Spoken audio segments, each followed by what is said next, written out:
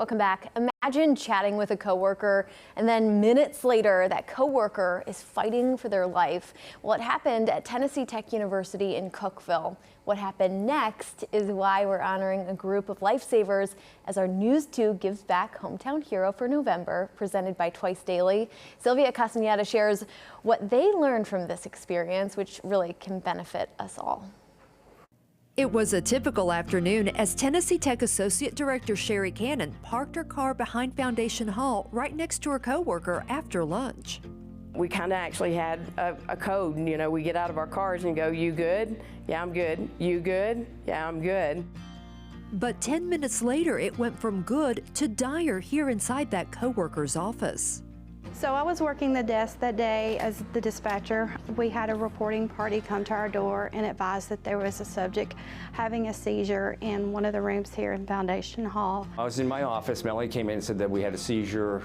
As Tennessee Tech Police Chief Fred Nichols responded, Dispatch Operations Supervisor Melanie Mabry also immediately dispatched an officer on campus to pull an automated external defibrillator, or AED, out of his police vehicle to rush to Chief Nichols. And then I contacted 911 to send an ambulance. The person was in a chair, he was blue, wasn't breathing, didn't have any heartbeat whatsoever. So I knew I had to start CPR immediately.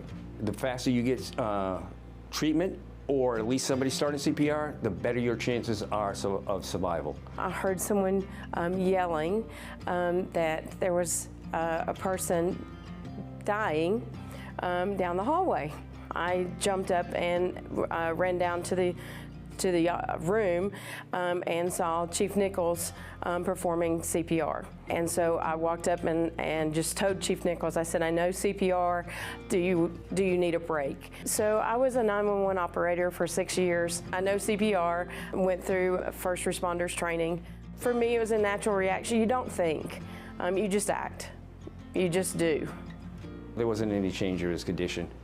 We were doing CPR and I knew that, but I didn't see any, I guess you would say, color coming back into his face or anything like that. One of the tech officers came in with the AED and Putnam County Ambulance Service came in and started the AED machine. They put the pads on him, and when they ran the thing, it was no pulse whatsoever. It was a straight line, meaning there was no heartbeat whatsoever. And the AED suggested that obviously give a shock, which they did. They shocked him several times. When he left this building, he was not alive. He was not breathing. He was a straight line, he was flat line. Once they got him into the ambulance, they were able to shock him and he was able to come back to. I actually went to the hospital that evening and did not know what the situation was, and he was up talking and I was absolutely stunned. To walk into a hospital room and to see him sit up and to call me by name, I did not expect that. Teamwork is essential. Without the teamwork, I don't think it would have happened. It's a tremendously good feeling, especially since it's a person I know and it's a friend of mine. As a team, it feels amazing, especially when I saw him with his children out trick-or-treating. That is the most rewarding part of it. Putnam County Mayor Randy Porter, who is the former county EMS director, understands how critical the initial teamwork was that day on campus to save a life. Perfect example of what we call the chain of survival.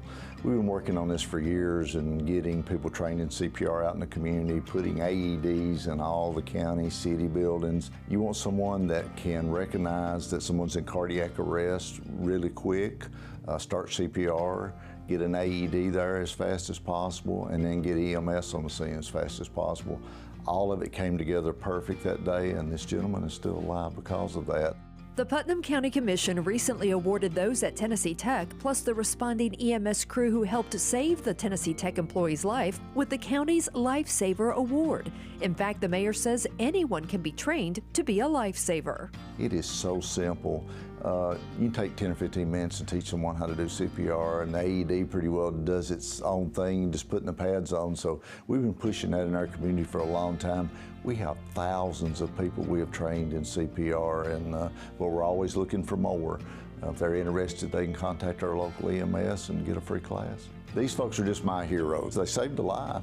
This gentleman is walking around today, and the outcome could have been totally different had it not been for these group of folks and the great job that they did. Life-saving is so important to know because you never know what person beside you is going to need that. I think it's so important that individuals understand the value of CPR. It's important that you know that skill because you're giving that person at least a little bit of advantage for survival.